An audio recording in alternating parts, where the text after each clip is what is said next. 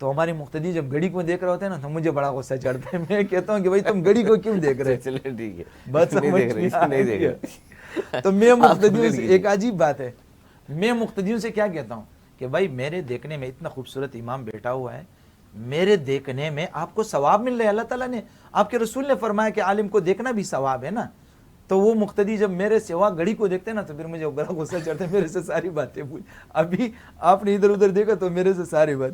تو میں ابوبکر صدیق کے بارے میں، نہیں روکیے یہاں چھوٹا سا بریک لے لیں، بریک کے بعد پھر حاضر ہوتے ہیں اور یہیں سے بات کا آغاز کریں گے جہاں سے بھول گئے تھے آپ. چھوٹا سا بریک کے بعد پھر حاضر ہوتے ہیں اور ہماری خصوصی ٹرانسمیشن جاری. السلام علیکم.